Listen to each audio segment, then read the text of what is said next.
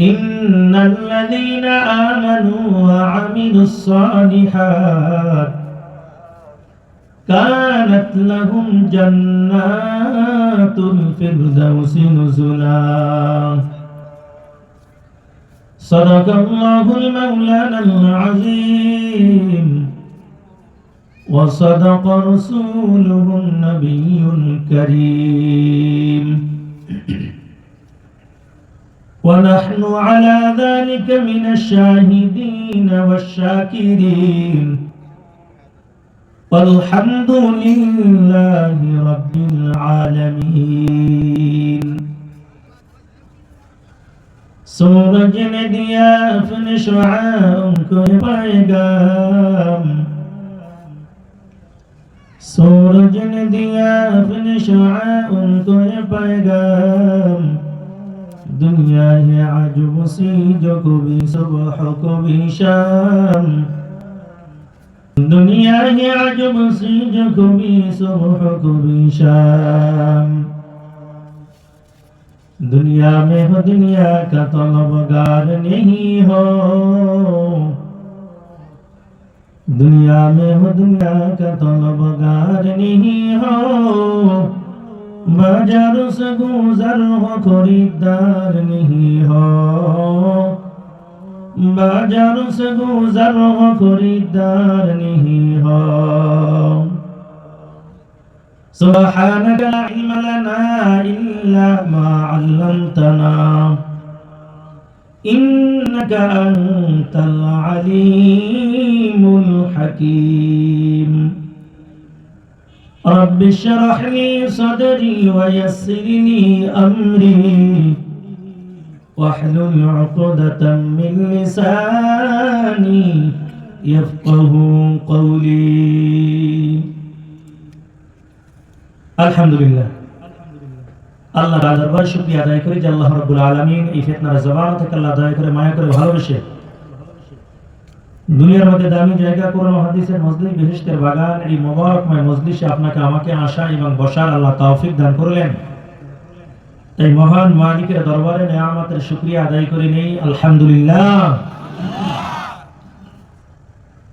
আল্লাহ তাআলা ওয়াদা করেছেন বান্দা যখন আল্লাহর নিয়ামত পেয়ে শুকরিয়া আদায় করবে আল্লাহ বলেন আমি তারে আরো নিয়ামত বাড়াইয়ে দেব শুকরে নিয়ামত নিয়ামত তাফজুকুনাত কুফরে নিয়ামত আসকাফাত বিরুকুনাত লা ইন শাকারতুম লাযীদান্নাকুম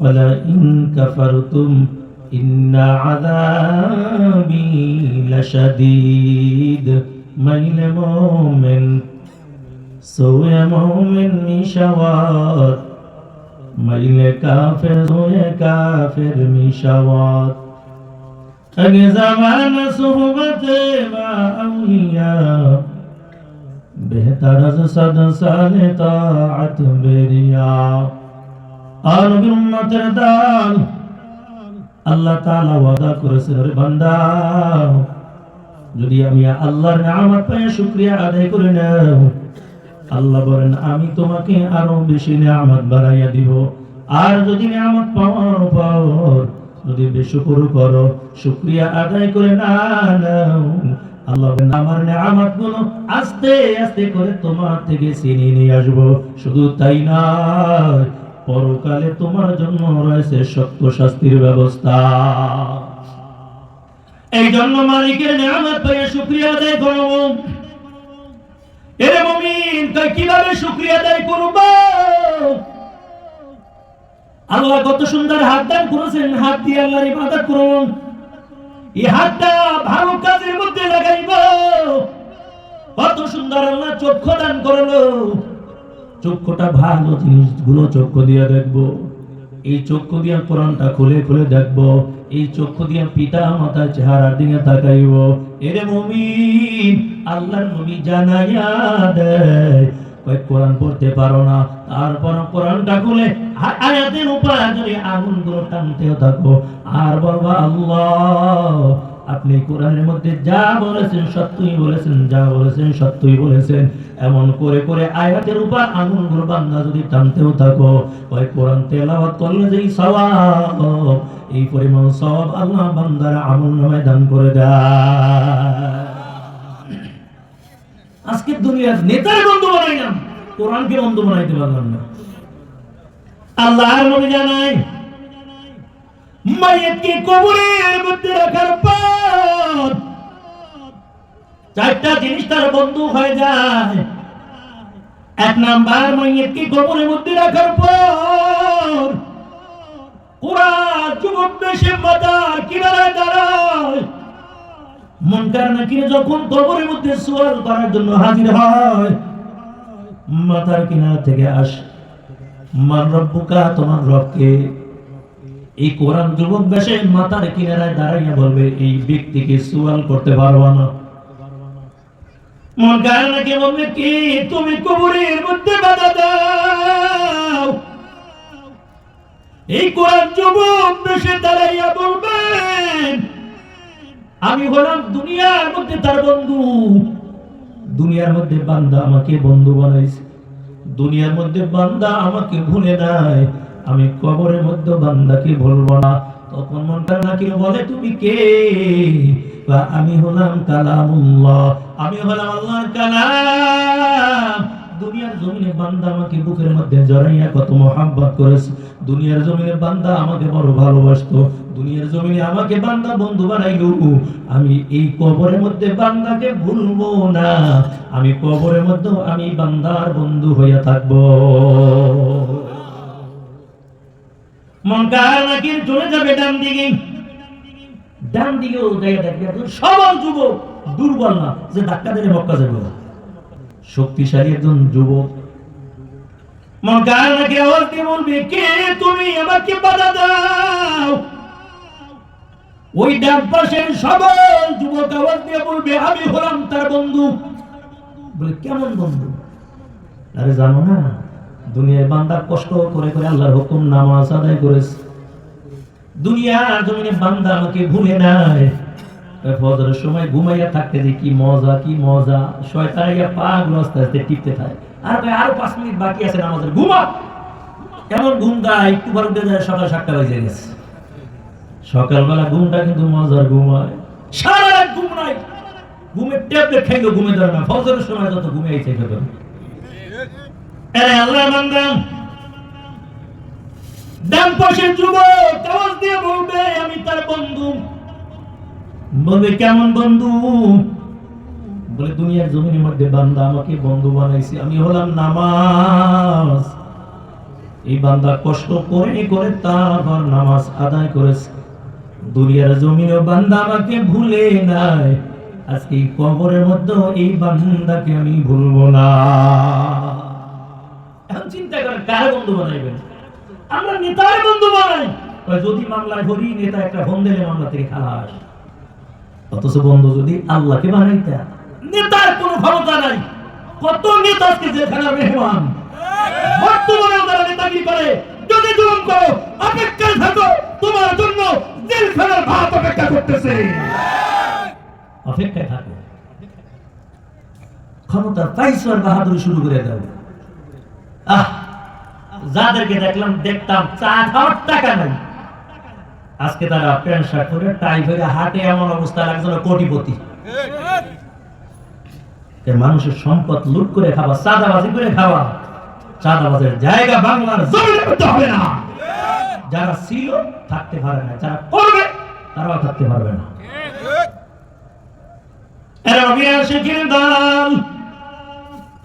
এই জন্য তোমার ইমানটা মজবুত করে নেওয়া লাগবে। আল্লাহ তাআলা বলে, যদি জান্নাতে যেতে চাও, 2টা কর্মসূচি আল্লাহ তাআলা দুনিয়ার সব মানুষদেরকে দেয়। 1 নাম্বার হলো ঈমান, 2 নাম্বার হলো নেক আমল। আল্লাহ বলেন, ইন্নাল্লাযীনা আমানু ওয়া আমিলুস সালিহাত কানাত লাহুম জান্নাতুল ফিরদাউসি নুজুলা। আল্লাহ তাআলা বলেন, ঈমান আনার করার পর নিশ্চয়ই যারা ঈমানটা আনয়ন করবে, 2 নাম্বার যারা ভালো আমল করবে, আল্লাহ বলেন তাদের কোনো চিন্তা লাগবে না, তাদের আপ্যায়নের জন্য আমি জান্নাতুল ফেরদাউস রেখে দিলাম। জান্নাতের মধ্যে বান্দা ঢুকবে, কোনো নিয়ামতের অভাব হবে না। কত সুন্দর রং বেরঙের ফল। জান্নাতি বান্দা জান্নাতের মধ্যে ঢোকার পর নজর দিয়ে দেখবি কত সুন্দর রং বেরঙের ফল দেখা যায়। জান্নাতি বান্দা ফেরেশতাকে ডাক দিয়ে বলবে আমাকে একটা জান্নাতি ফল দাও। একই রঙের কত সুন্দর একটা ফল বান্দার হাতের মধ্যে দিবে।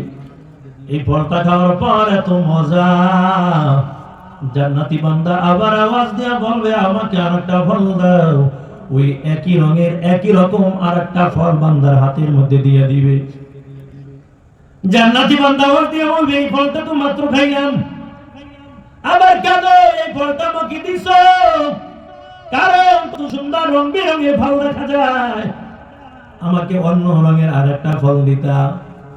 জান্নাতের মধ্যে ফেরেশতারা গরম মেজাজ নিয়ে কথা বলবে না। আল্লাহ নবী জানায় ওই যদিও ফল দেখতে একরকম দেখা যায়, কালার দেখতে একরকম দেখা যায়, ফলের মজা একরকম হবে না। আল্লাহ নবী বলেন একটা ফলের মধ্যে কমপক্ষে 40 রকমের মজা হয়ে যাবে। হর কেদার হউবে হকদার দিল নাদম জান্নাতুল মাওয়াদে হাদুরা মাকাম বিহিশতা আযা কে আযারে নবাশার কসেরা বা কসেকারে নবাশার জান্নাতু দোজখ সে ইয়া রব কে করো আরজু হায় মাই তুঝে দেখা করো। এ নবীর আশিকিন দল, এই জন্য জান্নাত পেতে হলে দুইটা কর্মসূচি মানতে হবে। এক নাম্বার ঈমান, দুই নাম্বার হলো নেক আমল। ঈমানটা মজবুত কেউ করে নাও রে মুমিন। ঈমানটা আমল করার পর যদি ভালো আমল করতে পারো তোমার কোনো চিন্তা করা লাগবে না, জাহান্নামের আগুনও তোমাকে জ্বালানোর মতো সাহস করবে না। ইব্রাহিম নবী ঈমান মজবুত ছিল, নমরুদ আগুনের মধ্যে ফালাইবে। তারপর ইব্রাহিম নবী বলেন আমার রব একমাত্র আল্লাহ। আগুনের মধ্যে ফালাইবে, চরকির মধ্যে বাঁধলো, নিজের বাবা ঈশা পরনে কাপড়টা খুলতেছে, অর্থাৎ উলঙ্গ করে তারপরে ফালাবে। এত চেষ্টা করার পর চরকি ঘুরে না। ইবলিস শয়তান মুরব্বি বেশা এসে কয় কেমনে ফালাবা? হাজার হাজার লোক গিয়ে চরকি ঘুরাইলো কাজ হবে না, তবে আমি একটা বুদ্ধি দিই। কি বুদ্ধি? ওই জায়গা নারীদেরকে উলঙ্গ করিয়া তারপর নাচ গান শুরু করে দাও, তাহলে রহমতের ফেরেশতা চলে যাবে, ইব্রাহিমকে আগুনের মধ্যে ফালানো সহজ হয়ে যাবে। নারীদের কাইরা উলঙ্গ কইরা নাচ গান শুরু করে দিস, রহমতের ফেরেশতা চলে গেল। ইব্রাহিম নবীকে আগুনের মধ্যে নিক্ষেপ করা হয়। জিবরাইল আমিন এসে হাজির, ডাক দিয়া বলেন আপনার সাহায্য লাগবে কিনা? কার লাগবে? তাহলে আমার কাছে বলেন, আমি আপনার সাহায্য করি। ইব্রাহিম বলে আমার সাহায্য লাগবে, তবে তোমার সাহায্য না। কার সাহায্য? একমাত্র আমার রবের সাহায্য আমার দরকার। তার কাছে চান, তিনি সাহায্য করবেন। ইব্রাহিম খলিলুল্লাহ বলেন আমি চাও কেন, আমার আল্লাহই দেখতেছে আমি কোন অবস্থায় আছি। আল্লাহ তাআলা বলে কুল্লা ইয়া নারু কুনি বারদান ওয়া সালামান আলা ইব্রাহিম। ও আগুন, আমার ইব্রাহিমের জন্য ঠান্ডা, শান্তিদায়ক, আরামদায়ক হয়ে যাও, যেন আমার ইব্রাহিমের কষ্ট না হয়। আগুন এমন ঠান্ডা আরামদায়ক হয়ে গেছে। ইব্রাহিম আগুন থেকে বের হওয়ার পর জিজ্ঞাসা রাখে আপনার কাছে কেমন লাগছিল? যতদিন আগুনের মধ্যে ছিলাম এত আরামে ছিলাম, দুনিয়ায় আর এত শান্তিতে আমি কাটাইতে পারি নাই। ঈমান মজবুত থাকার কারণে। আম্মা জান আয়েশা দেখলেন ওই পয়গম্বর ওই কঠিন হাসরের ময়দানে সর্বপ্রথম তাকে জান্নাতি পোশাকটা আল্লাহ পরাবে বলেন। আল্লাহ নবী ডাক দিয়ে কয় আয়েশা সর্বপ্রথম কিয়ামতের ময়দানে আল্লাহ তাআলা জান্নাতি পোশাকটা আমি নবীর হাতে দিবে। আমার সম্মানে আল্লাহ আমার হাতে জান্নাতি পোশাকটা দিবে, তবে আগে আমি জান্নাতের পোশাকটা পরব না। ওরে আয়েশা, আল্লাহ আমার কাছে জান্নাতি পোশাক দেওয়ার পর আমি এই জান্নাতের পোশাকটা ইব্রাহিম খলিলুল্লাহকে দিব। আর কিয়ামতের ময়দানে সর্বপ্রথম ইব্রাহিম খলিলুল্লাহ জান্নাতি পোশাক পরিধান করবে। কারণ তার নিজের পরনের কাপড়টা সন্তানে খুলে ফেলেছে। আল্লাহ বলেন, ইব্রাহিম তোমার কোনো চিন্তা লাগবে না, তোমাকে জান্নাতের মতো আমি পোশাক পরিধান করাই দেব। এর নবীরা সেখানে দল, এই জন্য ঈমানটা মজবুত করে না। ঈমান যদি মজবুত হয়ে যায়, দুনিয়ার কোনো বেঈমান কিছুই করতে পারবে না। ছোট্ট বালক জুনায়েদ বাগদাদী রাহমাতুল্লাহ আলাইহি কেমন একজন ঈমানওয়ালা ছিল। এক রাত্রে জুনায়েদ বাগদাদীর হাতে হাত দিয়া 1 লক্ষ খ্রিস্টান মুসলমান হয়ে গেছে। কেমন ছিল ছোট্ট বালক জুনায়েদ বাগদাদী রাহমাতুল্লাহ আলাইহি। এ মুমিন, একজন খ্রিস্টান পাদ্রীর সঙ্গে যুবকের সঙ্গে সম্পর্ক। জুনায়েদ বাগদাদীর কাছে খ্রিস্টান যুবক এসে আবার তাড়াতাড়ি যাওয়ার জন্য বড় ব্যস্ত হয়ে গেল। জুনায়েদ বাগদাদী ডাক দিয়ে বলে, যুবক তুমি আসলে আবার কেন তাড়াতাড়ি যাওয়ার জন্য ব্যস্ত হয়ে গেল? খ্রিস্টান যুবক ডাক দিয়ে বলে, ও জুনায়েদ তুমি শুনো, তোমাদের যেমন মুসলমানের ধর্মীয় অনুষ্ঠান হয়, আমাদের খ্রিস্টানদের আজকে বড় একটা অনুষ্ঠান হবে। শত শত পাদ্রী ওই জায়গার মধ্যে হাজির হয়ে যাবে, লক্ষ লক্ষ ভক্তবৃন্দ হাজির থাকবেন, আর ওই জায়গায় আমাদের বড় পাদ্রী হাজির হবে, একটা উপদেশ দিবেন, আর আমরা সারা বছর উপদেশটা মেনে নিব। জুনায়েদ বাগদাদী ডাক দিয়া বলে, আমিও ওই জায়গার মধ্যে ওই মজলিসের মধ্যে তোমার সঙ্গে যেতে চাই। খ্রিস্টান যুবক ডাক দিয়ে বলে, জুনায়েদ না না, কারণ ওই জায়গায় কোনো মুসলমানের সন্তান যেতে পারে না। যদি কোনো মুসলমানের সন্তান যায়, তাকে বন্দী করে শাস্তির ব্যবস্থা করে দেয়। ও জুনায়েদ, ওই জায়গার মধ্যে তুমি যেতে পারবা না, কারণ মুসলমানের জায়গা না। জুনায়েদ বাগদাদী ডাক দিয়া বলেন, আমাকে নিয়ে তোমার কোনো চিন্তা করা লাগবে না, কারণ দুনিয়ার জমিনে মুসলমানের কেউ নাই, তবে মুসলমানের সঙ্গে একমাত্র আল্লাহ আছে। আমি যেতে চাই, আমাকে নিয়ে তোমার চিন্তা করা লাগবে না।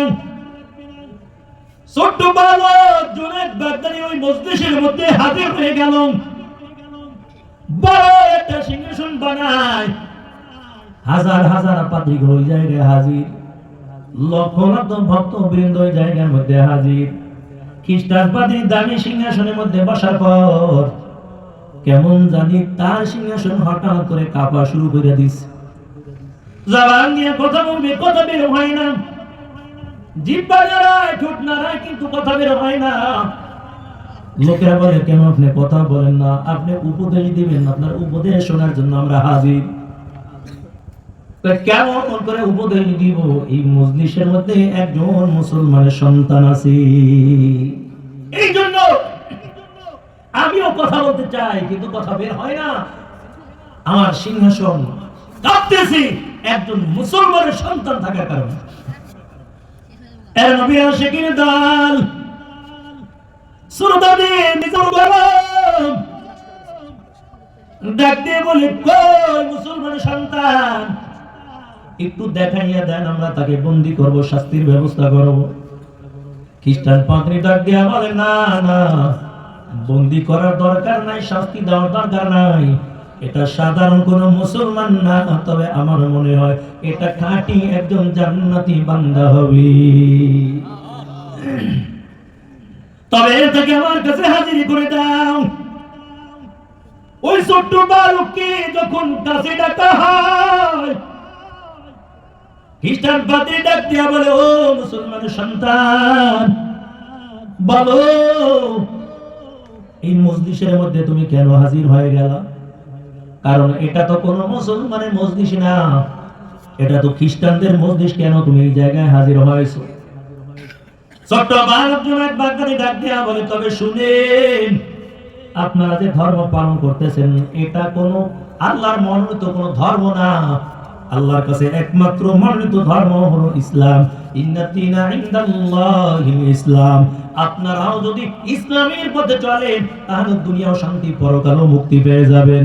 খ্রিস্টান পাদ্রী ডাক দিয়া বলে, ও ছোট্ট বালক জুনায়েদ, তবে শুনে নাও, তোমাদের উলামায়ে কেরামদেরকে হাজির করে দাও, আমি কিছু প্রশ্ন করব। এই মজলিসের মধ্যে যদি প্রশ্নের উত্তর দিতে পারে, আমি আর দেরি করব না। আমিও সাথে সাথে কালিমা পড়ে মুসলমান হয়ে যাব। জুনায়েদ বাগদাদী হাজার হাজার উলামায়ে কেরামদের হাজির করলো।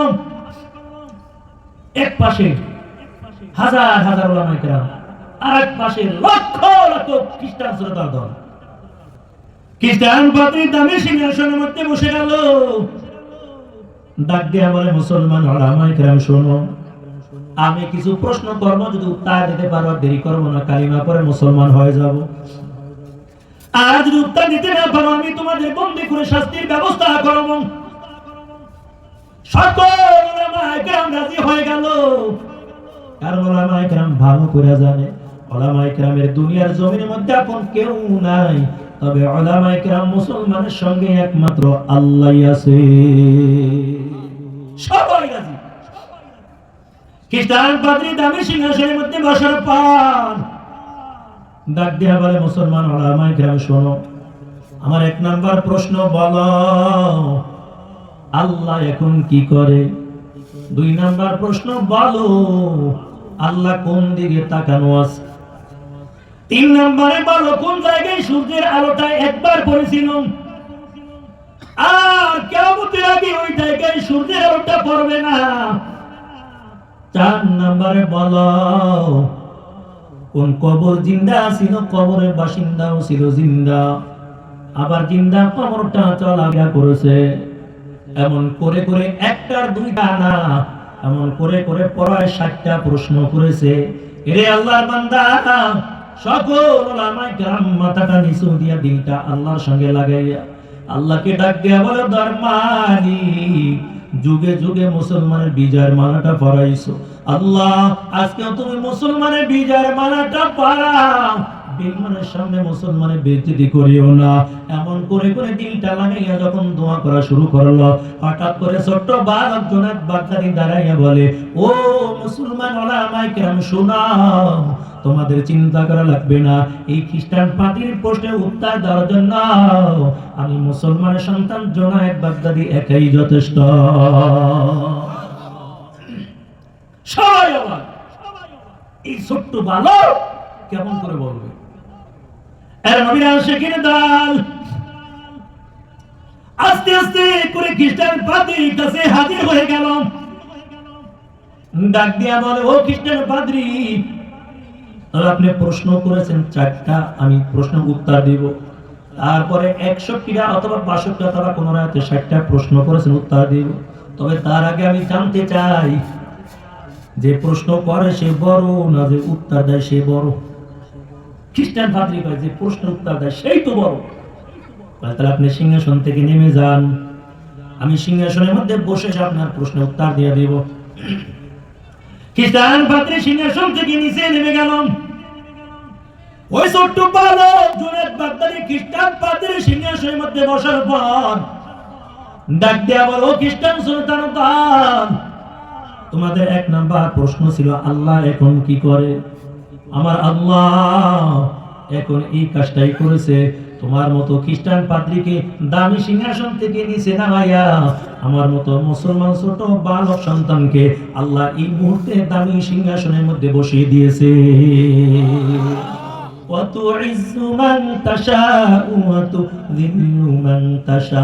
আল্লাহ যাকে চায় আল্লাহ তাকে সম্মান দান করে দেয়, আবার আল্লাহ যাকে চায় জুতার মালা পরাইয়া তারপর দুনিয়ার জমিনে ঘুরায়। সম্মান দেওয়ার মালিক একমাত্র আল্লাহ, আবার বেইজ্জতি করার মালিকও একমাত্র আল্লাহ। এর নবীর আশিকিন দল ওদিক থেকে খ্রিস্টান পাদ্রী আবার ডাক দিয়ে বলে, বলো কোন জায়গার মধ্যে সূর্যের আলোটা একবার পড়েছিল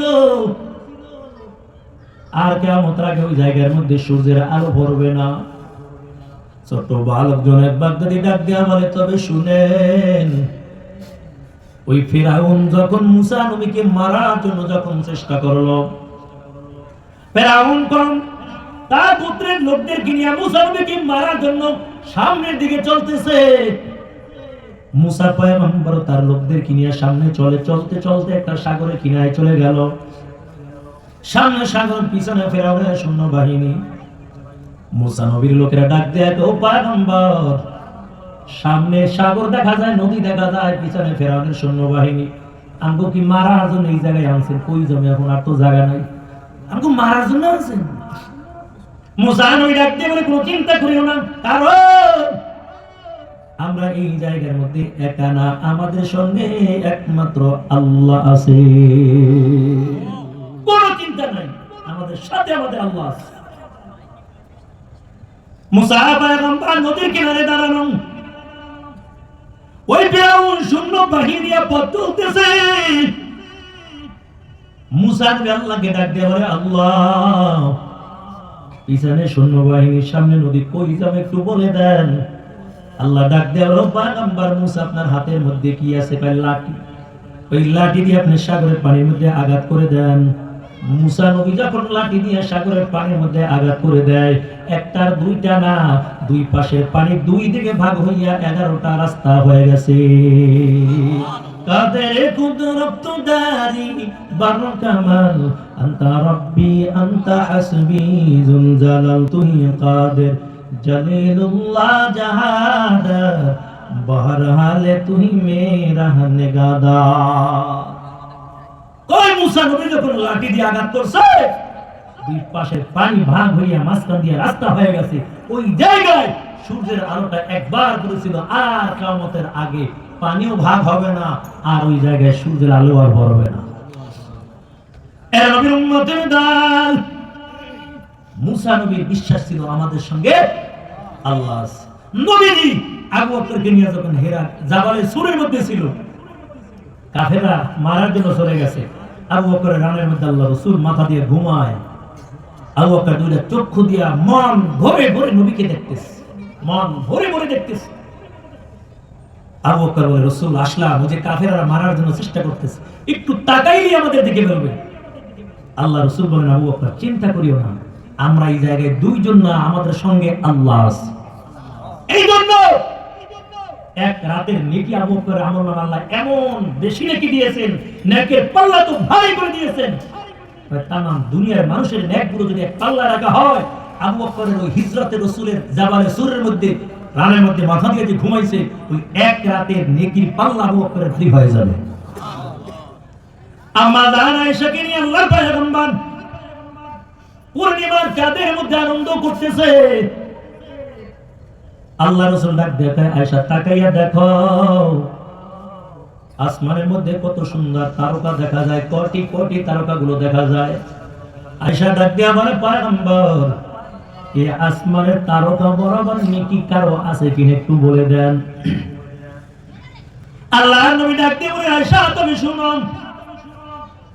এই আসমানের মধ্যে যত তারকা দেখতে পাও, এর চাইতে বেশি নেকি হলো হযরতে ওমরের। আম্মা জান আয়েশা মুখটা বড় মলিন হয়ে গেল। কি ব্যাপার? আমার আশা ছিল রাসূল আমার আব্বা জানের কথা বলবে, আবু বকরের কথা বলবে, কিন্তু আমার বাবা আবু বকরের কথা না বললেন কেন, ওমরের কথা বললেন। মনটা বড় মলিন হয়ে গেছে, চেহারাটা বেজার হয়ে গেল। আল্লাহর নবী যখন আয়েশার চেহারার দিকে তাকায়, নবী দেখে বুঝা ফেলাইছে এখন আয়েশার মনটা মলিন।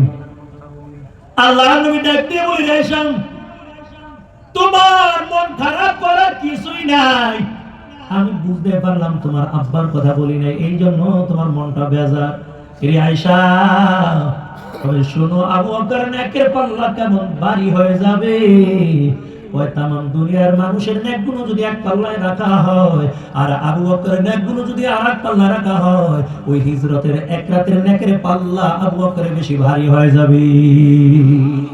কারণ আবু বকর ইমানটা এমন মজবুত ছিল, এমন মজবুত, সব কিছু আল্লাহ এবং আল্লাহ রাসূলের ভালোবাসার জন্য সব ত্যাগ করেছেন। নবীর দিলটার মধ্যে বড় আনন্দ। আয়েশা ডাকতে, আয়েশা আজকে তুমি আমার কাছে যা চাইবে আমি তোমার তা দিয়ে দিব। আম্মা জান আয়েশা ডাক দিয়ে কয়, রাসূল আমি যা চাইবো তাই দিবেন? কহ। আয়েশা বলে চিন্তা করতেছে, কি চান? আপনারা আমার ভিডিও লিখে কি কইতো জানেন? ওই জায়গায় যে পাঁচতলা বাড়িটা আছে, বাড়িটা আমার নামে লিখে দাও। তুমি আর বাঁচবা কদিন? তুমি তো কয়েকদিন পর মরেই যাবা। বর্তমান যুগের মহিলারা শুধু সম্পদের মালিক হতে চায়, চিন্তা করে স্বামী আর কয়দিন বাঁচবে। আরে কত মহিলারা স্বামীর আগে মারা যায় না? কিন্তু নারীরা চিন্তা করে আমার স্বামী আগে মরবে, আমি বেঁচে থাকবো, আর যদি আমার স্বামী মরে যায় আমি কি খাবো? আল্লাহর নবী ডাক দিয়ে বলে, আয়েশা কি চাও বলো। আম্মা জান আয়েশা চিন্তা করতেছে কি চাও, চিন্তা করে আর মাথায় ঘুরাইতে পারে না। তো একটা বুদ্ধি পাইলো, এই সমাধান একমাত্র আমার আব্বা আবু বকর দিতে পারবে। তাড়াতাড়ি দৌড়িয়ে আবু বকরের বাড়িতে চলে গেল। ঘরের মধ্যে ঢোকার পর ডাক দিয়া বলে, আব্বা জান, আজকে নবীর মনটা বড় খুশি। আমার নবী বলেছে আজকে যা চাইবো আল্লাহ রাসূল আমাকে তাই দিয়ে দিবে। বলেন আমি রাসূলের কাছে আজকে কি চাইতে পারি? আবু বকর ডাক দিয়া বলে, আয়েশা, রাসূল যেহেতু বলেছে তাহলে মিথ্যা না, তুমি যা চাইবা রাসূল তাই দিয়ে দিবে। ও আয়েশা, তবে আমি তোমাকে একটা বুদ্ধি শিখাইয়া দেই, কিন্তু আমি তোমাকে বুদ্ধি শিখাইয়া দিব, রাসূল যদি বলে দেয় তবে আর দেরি করবা না, সাথে সাথে আয়েশা আমার কাছে আবার বলে দিবা। আয়েশা কয় ঠিক আছে। নবীর কাছে কি চাইবো বলেন? আবু বকর ডাক দিয়ে বলে, আয়েশা,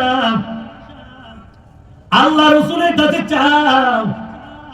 মেরাজের রাতে যখন দুই বন্ধু আল্লাহ এবং রাসূল যখন পাশাপাশি বসে বসে মধুর আলাপ করেছে, আল্লাহ পয়গম্বর দুনিয়ার উম্মতদেরকে সবকিছু জানাইয়া দিল, তবে কোন কথা যদি গোপন থাইকা থাকে ওই কথা যেন আজকে তোমার আয়েশার কাছে রাসূল বলে দেয়।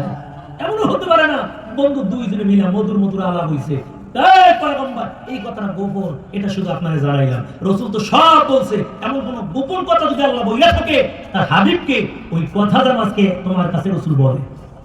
আয়েশা দৌড় দিয়ে রাসূলের কাছে গেছে। ও পয়গম্বর, আপনি বলেছেন আমি যা চাইবো আপনি তাই দিয়ে দিবেন, তবে বলেন আপনি দিবেন তো? হয় দিব, অস্বীকার করি না।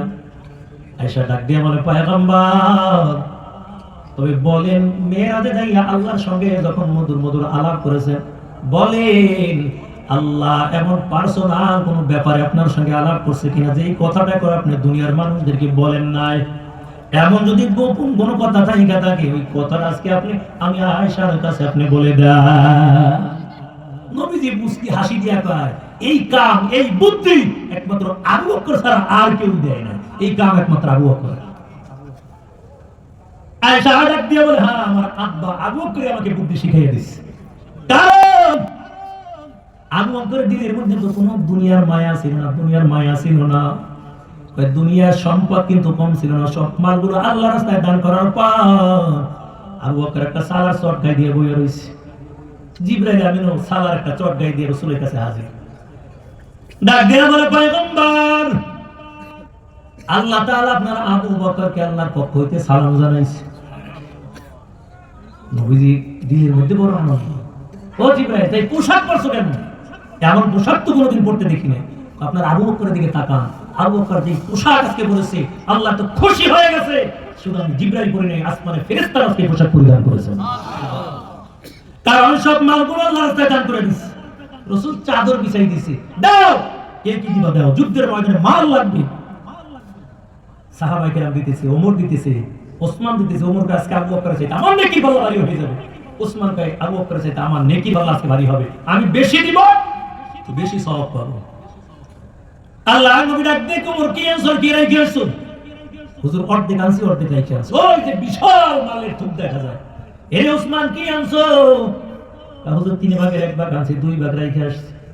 আবু বকর উল্টার মধ্যে অল্প একটু মাল হইয়া এক কোণায় বইয়া রইছে। কারণ ওমরের মালগুলো ভরা, ওসমানের মালগুলো ভরা, এর ভিতরে ছোট পোল্টার কি দাম আছে? নবী ডাক দিয়ে বলে, আবু বকর আপনি কি আনছেন? আবু বকর ডাক দিয়ে কয়, নবী আমার যা কিছু আছে ঘরের মধ্যে সব কিছুই কাছেই রয়েছে, কিচ্ছু নাই আমার ঘরে, একমাত্র আল্লাহ রাসূল ছাড়া কিচ্ছু নাই, সব নিয়ে আইছি। একমাত্র ঘরে একমাত্র আল্লাহ এবং আল্লাহ রাসূলকে রেখে আসছে, সব কিছু দিয়ে দিয়েছে। এর উম্মতের দল আবু বকর মালগুলো দেওয়ার পর আল্লাহ তাআলা তো খুশি হয়ে গেল। আল্লাহ জানায়, ও জিবরাইল যাও যাও আমার বন্ধুকে জানাইয়া দাও আবু বকর কাছে আমি আল্লাহ নিজে সালাম পাঠাইলাম। আল্লাহর নবী ডাক দিয়ে বলে, আবু বকর বলেন আপনার মালগুলো সব আল্লাহ রাস্তায় দান করেছেন, মনটা খারাপ না? আমি মালগুলো আল্লাহ রাস্তায় দান করতে পারি না, আমার দিলের মধ্যে বড় আনন্দ। কেউ মানুষে একবেলা খাওয়াইতে পারলে তার দিলের মধ্যে বড় আনন্দ, কেউ 2 টাকা দান করলে তার দিলের মধ্যে বড় আনন্দ, আর কেউ মাল জমা করতে পারলে তার কাছে বড় আনন্দ। জমা করে এমন জমা করা শুরু করছে, কারো একটা চাও খাওয়ায় না, তার মাল জমা করতেই থাকবে, জীবনে খাইয়া মরতে পারবে না। আর জমিনের মধ্যে এমন আল্লাহর বান্দা আছে, নিজেও খায়, দান করে 2 হাত ধরে, আর আল্লাহ সম্পদ দিয়ে দেয়, ও দুনিয়াও শান্তি, পরকাল আল্লাহ জান্নাতের মেহমান দিয়ে দিবেন। এর উম্মতের দল, এই জন্য মাদার আয়েশা ডাক দিয়ে বলেন, ও পয়গম্বর, আমার আব্বাজান শিখাই দিয়েছেন, বলেন কোন জিনিস পার্সোনাল এখন আপনি উম্মতকে জানান নাই, জিনিসটা আয়েশার কাছে আপনি বলে দেন। আল্লাহর পয়গম্বর ডাক দিয়ে বলে, আয়েশা, তবে কোন একটা ভাঙা সংসার যদি কোন ব্যক্তি মিলাইয়া দিতে পারে, এই যে বান্দা একটা ভাঙা মন 2 ব্যক্তির মনকে মিলাইয়া দিবে, আল্লাহ তাআলা ওই ব্যক্তিকে পরকালে জান্নাতের মেহমান বানিয়ে দিবে। ওই স্বামী স্ত্রী ভেজাল, মাঝখানে আরেকজন দেশে মাইয়ের অবস্থা তোর ভালো একজনে বিয়ে করানো, আবার মেয়েটাই বুঝায় এত পুরুষ তোর স্বামীর অভাব হইবে না, এর লাগে কি লেগে রইছ, এমন করে মাঝখানে বইয়া সংসারটা ভেঙে দেয়। আবার কিছু লোক আছে, না না কারে ধৈর্য ধরে থাক, সুখ আসবে, এরকম 2টা ভাঙা সংসারকে যে ব্যক্তি মিলাইয়া একত্রিত করে দিবে, পরকালে আল্লাহ তাআলা ওই ব্যক্তিকে আল্লাহ জান্নাতের মেহমান বানিয়ে দিবেন। ঝগড়া হয়ে গেছে ভাই ভাই, মাঝখানে আরেকজনে ভেজাল লাগায়, না আমরা মিট করে দিই, ভেজাল লাগাবো না। ঝগড়া লাগছে তো 2 জনের দিয়ে মিট মাংসা করে দেয়। রে আল্লাহর বান্দা, যদিও দুনিয়ায় তুমি না পাও, পরকালে আল্লাহ তোমাকে জান্নাতের মেহমান বানিয়ে দিবে। ওদিক থেকে ছোট্ট বালক ডাক দিয়ে বলেন, আপনার 3 নম্বর প্রশ্ন হলো কোন কবর জিন্দা? কবরের বাসিন্দা ছিল জিন্দা বা জিন্দা, কবরটা চলাফেরা করেছে। আপনার 4 নম্বর প্রশ্ন হলো আল্লাহ কোন দিকে তাকানো আছে? আপনার প্রশ্নের উত্তরগুলো আমি দিয়ে দিব, তাতে তার আগে আমি আরেকটা কথা জানতে চাই, বলেন জান্নাতের চাবি এবং আসমানের চাবি কি হবে একটু বলে দেন। কার জন্য আসমানের দরজা বন্ধ হয়ে যাবে আর কার জন্য আসমানের দরজা খোলা থাকবে? আবার কোন ব্যক্তি পরকালে শুধু ঘুরবে ঘুরবে কিন্তু জান্নাতের তালা খুলতে পারবে না, একটু বলে দেন যে কিয়ামতের ময়দানে ওই জান্নাতের তালা খোলার জন্য বান্দার চাবি কোথায় পাবে? এর নবীর আশিকের দল, আমরা যখন জান্নাতে যাব দেখবো জান্নাতের গেটে তালা লাগানো, তালা দেওয়া। রাসূল বলেন মিফতাহুল জান্নাতিস সালাহ, নামাজ হলো বেহেশতের চাবি। পরে নামাজি বান্দারা গেটের সামনে যাবে তো তালা হাত দিয়ে ধরবে, অটোমেটিক ভাবে জান্নাতের তালা খুলে যাবে। এর মুমিন আল্লাহর গোলাম, এই জন্য নামাজকে বন্ধু বানানো লাগবে, এই জন্য রোজাকে বন্ধু বানানো লাগবে, কোরআনকে বন্ধু বানানো লাগবে। আমিও নামাজ আদায় করবো, আমার বিবিকেও নামাজ আদায় করার জন্য বলবো, আমিও নামাজ আদায় করে নিব, আমার সন্তানকেও নামাজ আদায় করার জন্য বলবো। আমি ইমানটা মজবুত করে নিব, আমার সন্তানকেও ইমান মজবুত করার জন্য বলবো। এর নবীর আশিকের দল খ্রিস্টান পাদ্রী ডাক দিয়ে বলো কোন কবর জিন্দা? কবর বাসিন্দা ছিল জিন্দা। জুনায়েদ বাগদাদি ডাক দিয়ে বলে এটা অন্য কোন কবর না, ওই ইউনূস নবীকে যখন মাছে খাইলো, এই মাছটাও ছিল একটা জিন্দা মাছ, এই মাছটাকে আবার আরেকটা মাছে খাইয়া ফেলাইলো।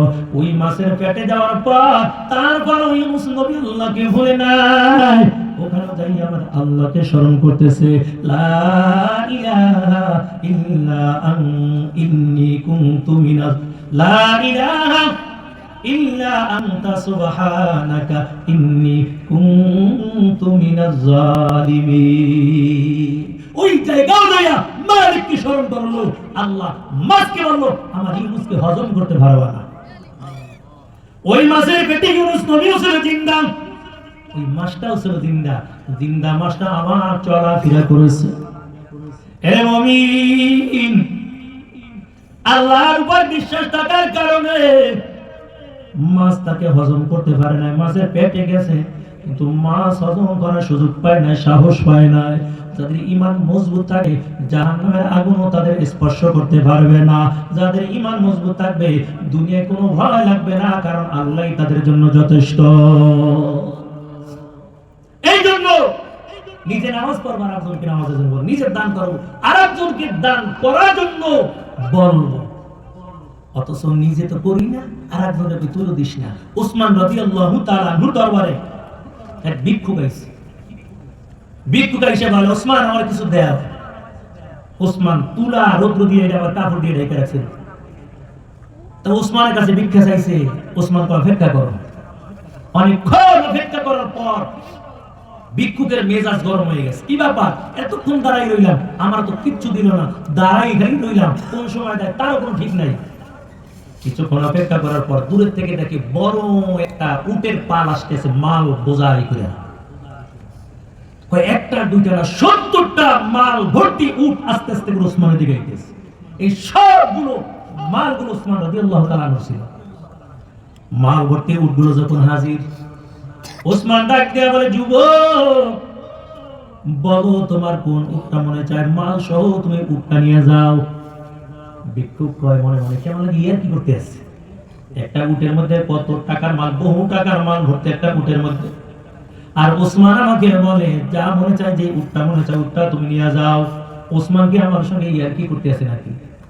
ওসমান ডাক দিয়ে বলে, যাও যাও নিয়ে যাও, যে উটটা তোমার পছন্দ হয় ওই উটটা নিয়ে আজকে তুমি বাড়ি চলে যাও। ভিক্ষুক চিন্তা করে যে তো নীতি বলেছে, তাহলে প্রথম যে উটটা মাল ভর্তি আসে উটটা ধইরা রশিটা ধইরা হাঁটা শুরু করছে, ওই প্রথম উটটাই নেই, যেহেতু প্রথমেই যাইছে। আরবের জমিনের মধ্যে একটা নিয়ম দেখবেন, বকরি হোক, ভেড়া হোক, দুম্বা হোক, মূল একটা তারা বেঁধে রাখে, ওটার পিছে পিছে শত শত উট, বকরি, দুম্বা গুলো চলে যায়। ঠিক দুম্বা ভর্তি উট ভর্তি গুলো যখন মাল নিয়ে আসছে, প্রথম যেই উটটা আসছে, উটটা যখন নিয়ে রওনা দিচ্ছে, ওটার পিছে পিছে 69টা মাল ভর্তি উট পিছে পিছে রওনা দিচ্ছে। এবার ভিক্ষুক ডাক দিয়ে বলে, আপনার উটগুলো ভিড়াই রাখেন। আমি উটটা নিয়ে আমি চললাম, বাকি 69টা উট আপনি ভিড়াই রাখেন। ওসমান ডাক দিয়ে বলে, না না, ভিড়ানোর দরকার নাই, আমার মনে হয় আল্লাহ বুঝি আমার মালগুলো আজকে কবুল করে নিয়েছে। আল্লাহ রাস্তায় বুঝি আমার মাল কবুল হয়ে গেছে। যাও, এখান থেকে একটা উট আজকে রাখবো না, 70টা মাল ভর্তি উট আজকে আমি তোমাকে দিয়ে দিলাম। কেমন মন মানসিকতা ছিল! দান করতে পারলে নিজের কাছে বড় আনন্দ লাগতো। আশিকের দল, এই জন্য পরকালে মাথার কিনারে কোরআন, কোরআনকে বন্ধু বানানো লাগবে। আমরা চাই তো কোরআনকে বন্ধু বানাইতে। আওয়াজ দিয়ে বলেন, বন্ধু বানাবো তো?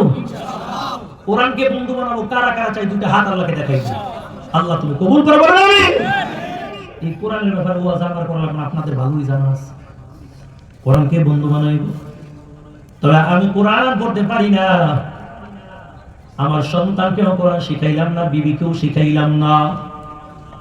এরে আল্লাহর গোলাম, একজন কোরআনওয়ালার সঙ্গে মহব্বত করলাম, অথচ একটা কোরআন কিনা মসজিদে, এই মাদ্রাসার মধ্যে আমি দিয়ে দিলাম, ছাত্ররা কোরআন পড়া পড়া হাফেজ হয়ে যাবে।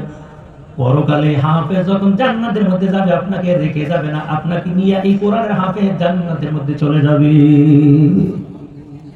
এরে যুবক, ও আল্লাহর বান্দা, এই মজলিসের মধ্যে হইতে কোন আল্লাহর বান্দা আছে, হুজুর আমি কোরআন কেনার জন্য 500 টাকা দেব নগদ, বাকি না। একটা কোরআন, ভালো একটা কোরআন কিনতে হলে 500 টাকা লাগে, 400 অথবা 500 টাকা। এই কোরআন কেনার জন্য হুজুর আমি 500 টাকায় মাদ্রাসায় দিব, এমন কোন আল্লাহর একজন বান্দা আছেন?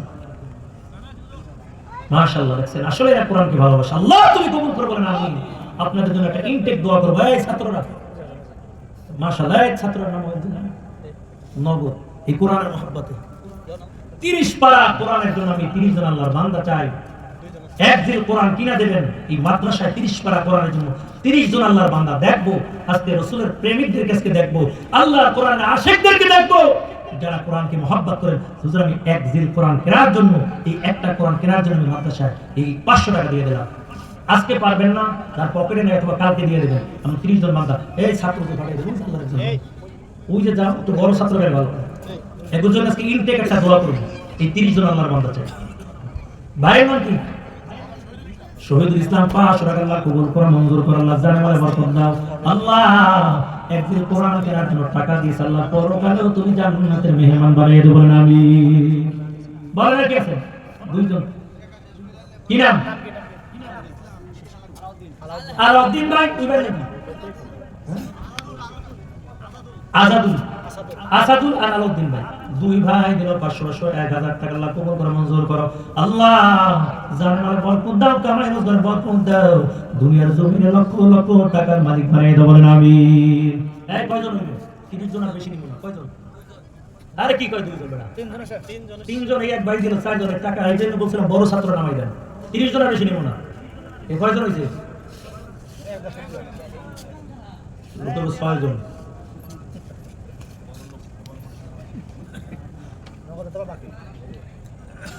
আর কে আছে বলেন 6 নম্বর 7 নম্বর কে আছে বলেন আল্লাহর একজন বান্দা আজকে দিতে পারবেন না তবে কালকে জায়গা মাহফিল কালকে এসে দিয়ে দুইজন দুই সাইডে যাও আর কে আছে একদিন কোরআন কেনার জন্য কোরআন শরীফের জন্য 500 টাকা দিবেন জীবনে কত টাকা কত দিকে চলে গেছে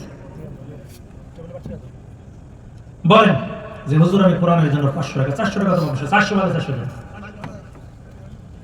আজকে পারবেন না কালকে দিয়ে দেবেন এই হাত উঠাইলি আজকে দিতে পারবেন না কালকে দিবেন হ্যাঁ হ্যাঁ লিখে নেবেন হাত তুলতে পারেন দাঁড়াইতে পারেন হাত তোলেন নাম কি বলেন কি নাম মাজাহারুল ভাই 500 টাকা আল্লাহ কবুল করে নাও মঞ্জুর করে নাও আল্লাহ জানে মনে বরকত দাও কামের রোজগার বরকত দাও আল্লাহ দুনিয়া লক্ষ লক্ষ টাকার মালিক বানিয়ে বলেন আমিন নাম কি 7 জনের 8 নাম্বার একজন ভাই কি নাম 8 নম্বরে গেছে 9 নম্বরে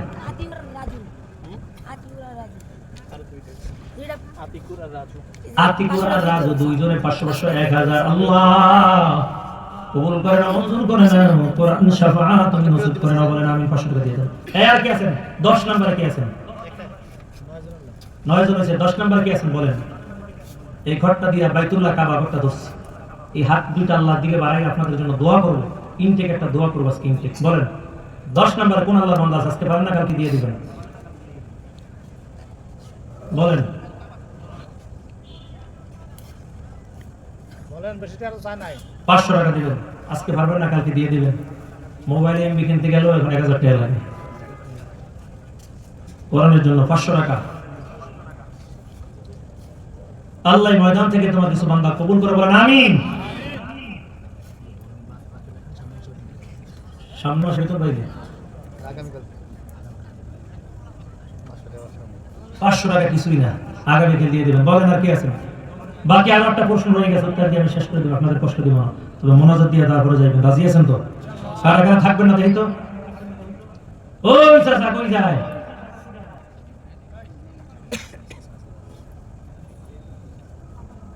এমন আর কেউ উঠবেন না যেহেতু অল্প সময় যে উঠবেন মনে করবো যে আপনি এই কোরআনের বিপক্ষে হন টিয়ার কথা বুঝতে আপনার ভালো লাগে না আবার অনেকে প্রস্তাবে ধরে মেইনটেইন করেন না যে ওটা দেবেন একান্ত বুঝে যাইবেন কালকে দেব নাম সোহেল সোহেল 250 দিয়েছে দেখছেন পকেটে যা আছে দিয়ে দিয়েছে আল্লাহ তুমি কোটি কোটি টাকার মালিক দুনিয়ার জমিনে বানাই দেবো না আমি আল্লাহর বান্দার পকেটে যা আছে তাই দিয়েছে 11 নম্বর বলেন এই এক ভাই কি নাম নজরুল ইসলাম 500 টাকা আল্লাহ কবুল করেন বলেন আমিন আল্লাহ তার মা বাবার জীবনে গুনাহ মাফ করে দেন বলেন আমিন 12 নম্বর কি আছেন বলেন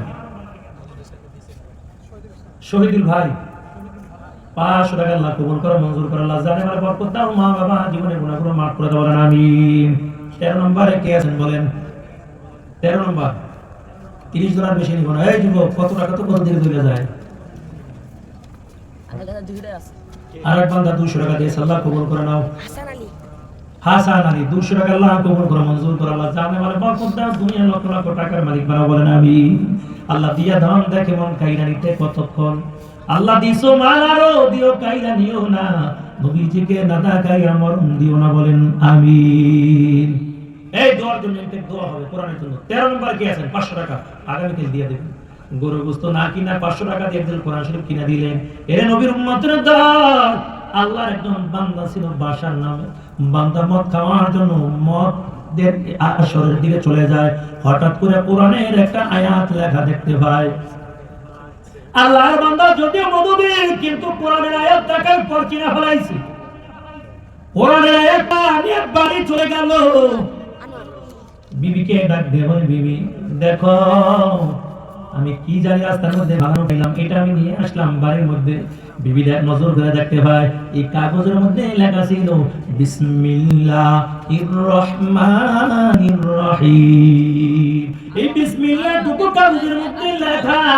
এই আল্লাহর বান্দা ওই ভাষায় ডাক দিয়ে বলে, এরে বিবি বলো এটা আবার কি জিনিস বলো। বিবি ডাক দিয়া বলে, স্বামী আমার এটা হলো আল্লাহ তাআলার কালামের একটা অংশ। প্রত্যেকটা সূরার শুরুতে বিসমিল্লাহ লেখা থাকে।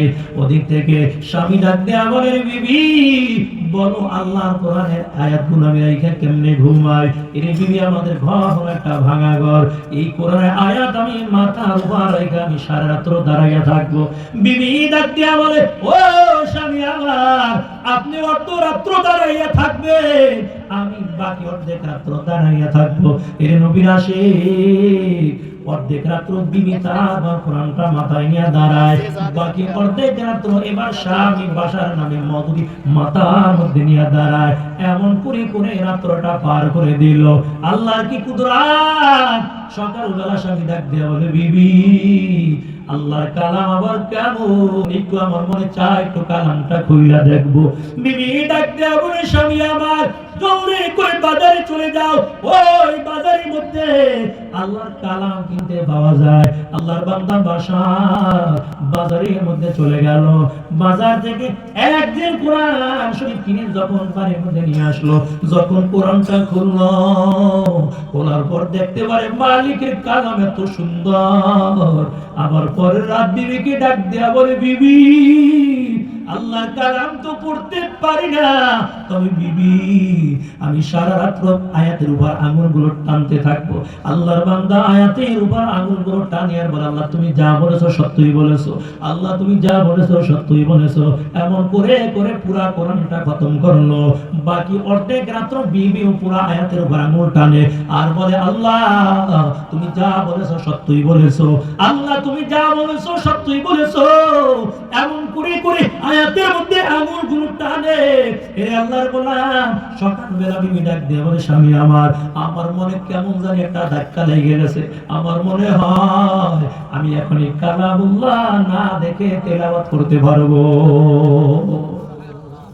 স্বামী বাসা ডাকতে বলে, বিবি আমার দিলের মধ্যে কেমন জানি নূরের বাতি আল্লাহ জ্বালাইয়া দিছে। এরে বিবি তবে আমি সারা রাত কোরআনের উপর যে আগুনগুলো টানলাম আর যা বললাম, আল্লাহ তুমি যা বলেছো সত্যই বলেছো।